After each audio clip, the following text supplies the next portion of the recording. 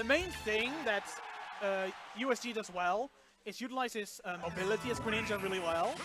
But if Muk gets aware of in what kind of order he does, because he does have this sort of order, then he's gonna wreck house, I think. But only time will tell if he can actually do that. So far he's doing well, using his aerials to wall out Greninja a little bit, trying to get those grab combos as we speak.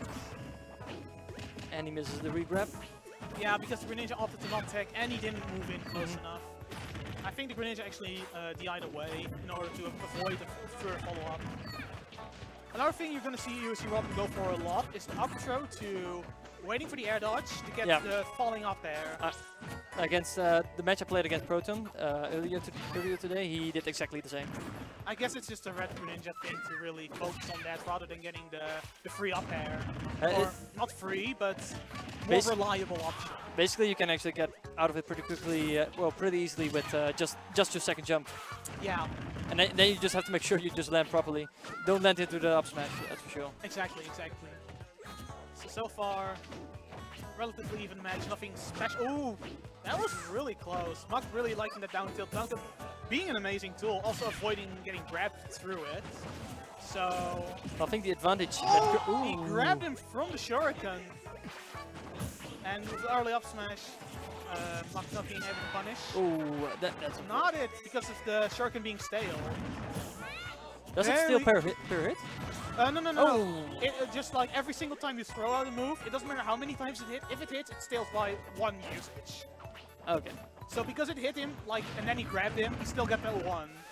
Oh! The up tilt inhale. A lot of Kirbys love to talk about it, but it's not a true combo. It is. But it's surely fun to see. What? It's surely fun to see. It's fun to see, and if it works, you get a lot out of it, because when Kirby gets a copied ability, he generally actually gets a lot better in the matchup. Or actually getting the up throw on the platform, like, barely. And yeah, that's it, that's the read. That is one you should be expecting if you ever face dice studying, but... It's kind of weird that that he actually fell for it, considering it's rather obvious. You're Kirby, you got multiple jumps. Yeah, against me he never fell for those kind of reads because he just jumped out and then you're safe. But I guess maybe he was fearing an up air.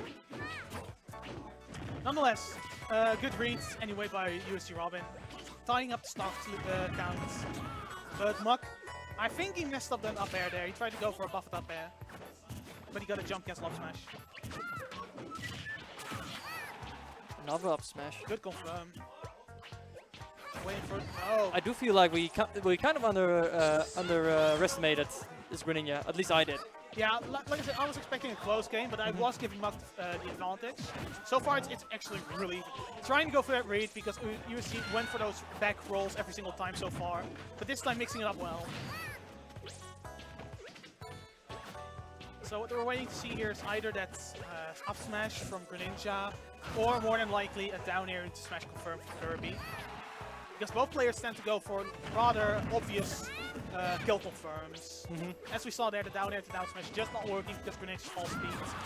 And one single hard read. Good straight up forward smash, hitting its mark. And now, yeah, down air. Working because of the rage and the fact that Greninja was off stage after the forward throw. Oh! That was a ballsy read and it paid off in triple. He used it only once this entire match, and that one time it worked. We're talking about Kirby's down beat here. Normally you don't see it once in an entire set. I mean, I've seen it use him a couple of times to get quicker to the ground, but I was not expecting... this?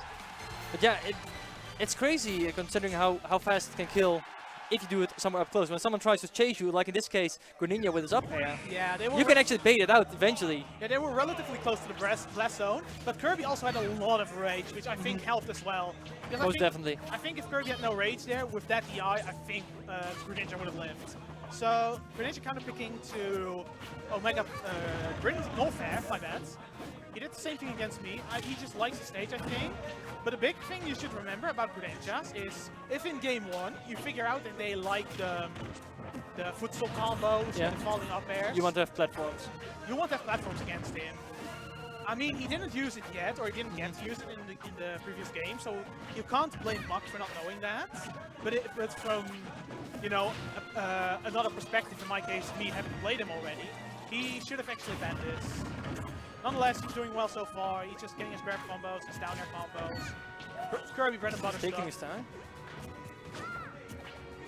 So far, these matches we've been commentating have been not so hyper-aggressive as we would like to see of Smash. Like, but nonetheless, they have been entertaining because they have been good games. They surely have. Or at least they have been entertaining to a degree. And these are not matchups you see very often. No. So that's something I personally always like, seeing the matchups you're not familiar with, and learning new things. Yeah, I mean, so far we've seen a Samus, a Falco, a Fox/Corrin, and now a Greninja and a Kirby. I mean, the most common of those characters are Ooh, he tried it again. Oh! The double substitute paying off.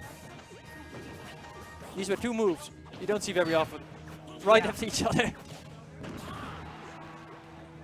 Yeah, but I do agree, having that character variety like we have in the Netherlands is really nice to see, especially when you're either just walking around watching random matchups, or if you're watching the stream, you get to see some really interesting characters. That's for sure. I mean, Greninja has basically become a staple in the Dutch community, with Frodo, iStudying, USG Robin, and Shug, having 4 Greninja mains in the Netherlands. But something like Kirby only being played by Muk, and every once in a while by Skippo. Yeah, I was about to say but that. Skippo has basically dropped Kirby at this point. Skippo nowadays plays Marth? Marth, Bowser, and I heard he was considering another character, possibly Toon Link or Rosalina. I think he'd probably go for Rosalina, considering he already has one mid-tier and a debatable mid-tier. Well, the thing about it is that he was a Toon Link main in Brawl, and he actually considered Toon Link trash at the start. And Toon Link, after how Ryuk has been playing with him, is also considered a high tier, or a potential high tier. But nonetheless, that is a completely different player. We're still watching Muk here. And he once again got himself the frog hats. Oh! That was interesting. And he got the read. What I do wonder though, what can Kirby actually get out of Greninja's neutral B?